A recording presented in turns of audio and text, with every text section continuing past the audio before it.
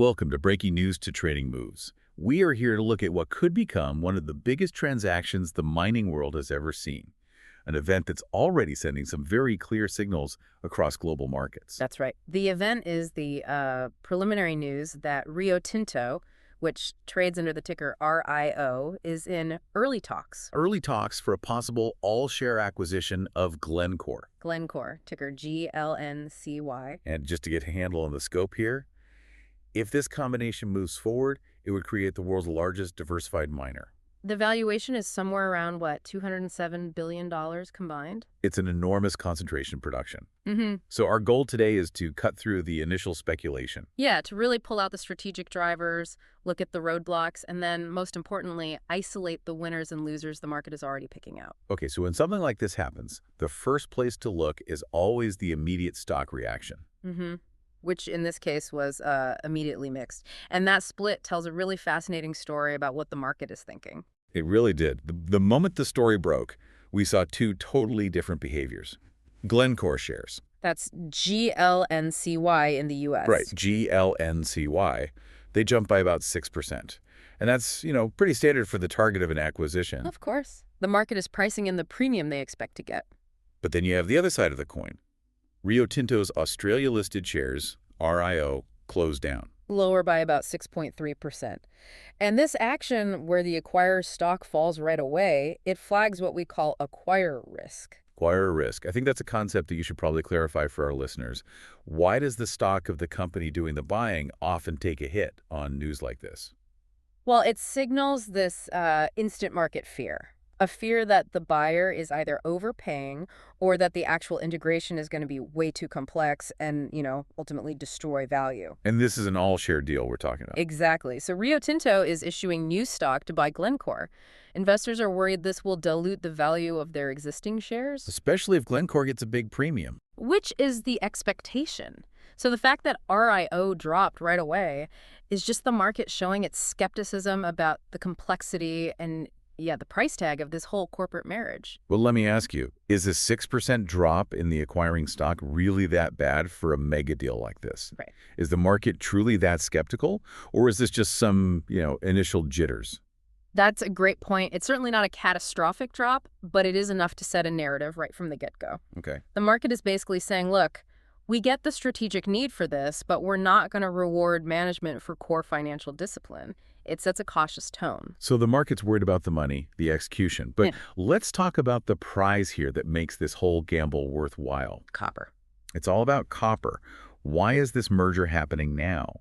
It seems the core motivation is this strategic push to just bulk up on copper assets. Copper is the prize because the future global economy is built on electrification. Copper is the wire that connects everything. Yeah. This M&A activity is directly tied to the power build-out needed for the energy transition EVs, expanded grids, and crucially, the demand explosion from AI and all the data centers needed to run it.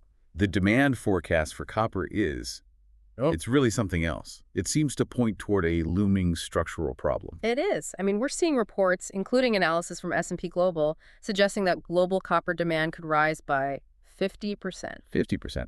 By when? By the year 2040. To put that in perspective for you, it's like trying to build half the world's current copper infrastructure all over again, but in less than 2 decades. A 50% demand growth is staggering.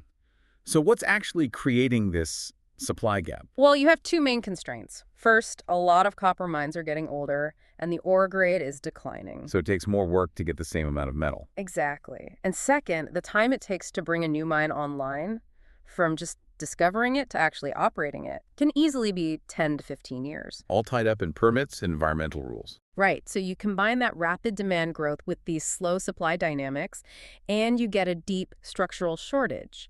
Glencore owns some extremely valuable, ready-to-mine copper assets, which makes it a key target for any miner looking to future-proof their business. The strategic need is clear, but the path to a deal of this complexity is never going to be smooth. So let's talk about the obstacles. What are the key complications here? We can pretty much bucket the complications into 3 big hurdles that anyone tracking this needs to watch. You've got the clock, the coal, and the competition regulators. Let's start with the clock. That sounds like a technicality, but it's a hard deadline, isn't it? It's a very hard deadline, imposed by the UK Takeover Code. Rio Tinto has to either announce a firm intention to make an offer or just walk away by February 5th, 2026. So the timeline for all the due diligence and negotiations isn't open-ended. Not at all. They have to commit or retreat, unless, of course, the deadline gets officially extended by the regulator. Okay, and that second hurdle is what a lot of people think is the biggest potential deal breaker, the coal question. Absolutely. Glencore's thermal coal exposure. This all comes back to institutional investors and their ESG mandates, right? Mm. Environmental, social, governance criteria. Mm-hmm.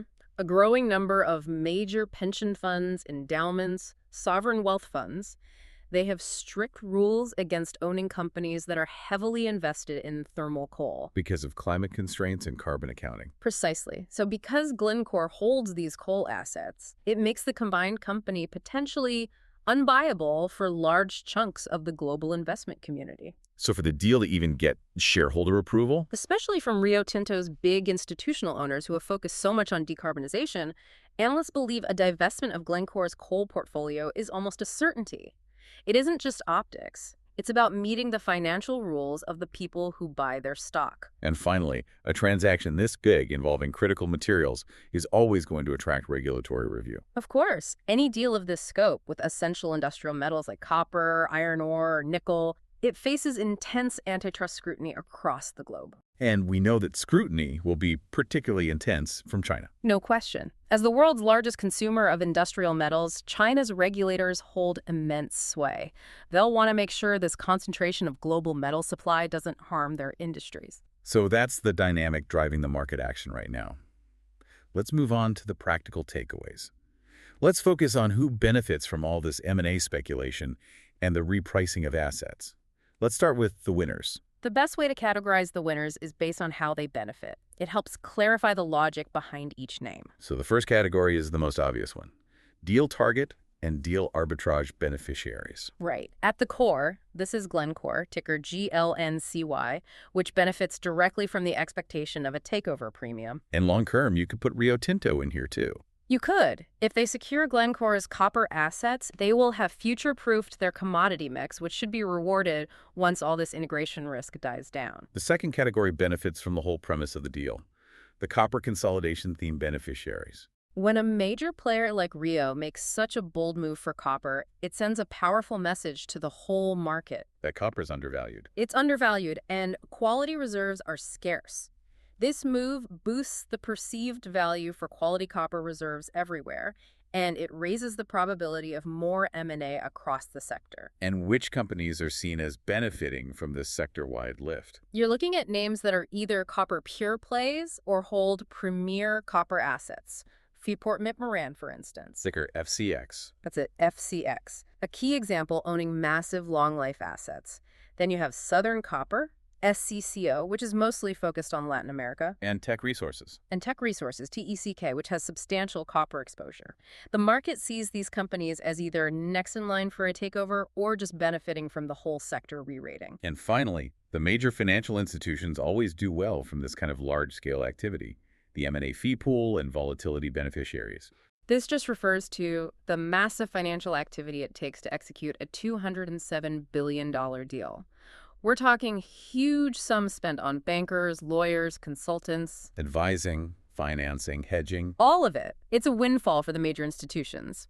The ones cited are Goldman Sachs, GS, Morgan Stanley, MS, and JP Morgan Chase, JPM. Okay, those big investment banks are positioned to capture the majority of the fees. The advisory, the financing, the trading fees generated by the deal, and all the market volatility around it.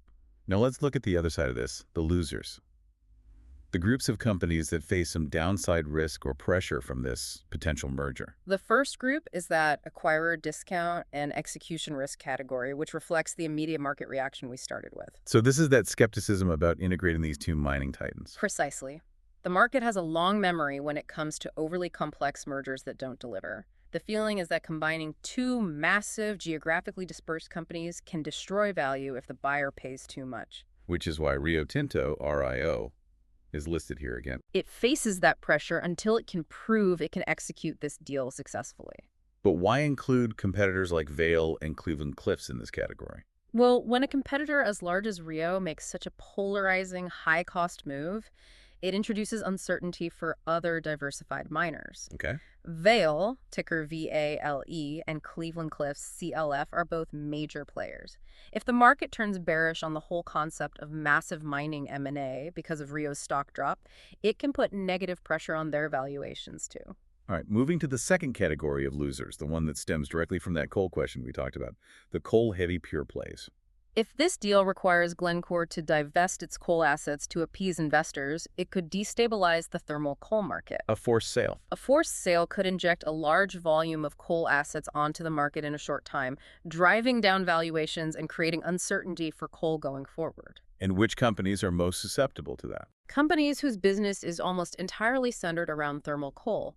The analysis points to Peabody Energy, ticker BTU, Warrior Met Coal, HCC, and Alpha Metallurgical Resources, AMR. So they face valuation risk if the path to this merger signals a major hurdle for the global coal sector. Exactly. And the final group of potential losers is a classic example of input cost pressure, the copper-intensive end markets. This is a direct follow-on from our copper scarcity discussion. If all this M&A activity strengthens the market's belief in a looming copper deficit, it elevates the expectation for future copper prices. Which means for companies that rely heavily on copper as a raw material, rising prices squeeze their margins. Right. And this points us squarely at the major electric vehicle and automotive manufacturers. EVs especially require much more copper than a traditional combustion engine. They do, linking their bottom lines directly to this commodity. Companies listed here include Tesla, TSLA, General Motors, GM, and Ford F. And unless they can pass all those increasing copper costs onto the consumer without hurting sales, their profitability takes a hit. So what we've covered is a potential transaction driven by a clear strategic need securing copper for the future, but it's heavily complicated by legacy assets like coal and these immediate market concerns. The core tension is right there. This is Rio Tinto signaling its commitment to future-proofing its commodity mix for the green energy and AI transition. But they're doing it at a very real cost with execution hurdles that are going to define this market for the next couple of years. And if we just think about those roadblocks for a second, that coal divestiture is critical. If it is a firm requirement for this deal to succeed, think about the broader implications that has for the handful of major players now left in the thermal coal market. That's something for you to mull over as this whole drama unfolds. That is a compelling final thought. Before we wrap up, this is not financial advice or buy or sell recommendations. This is purely the opinion of the author.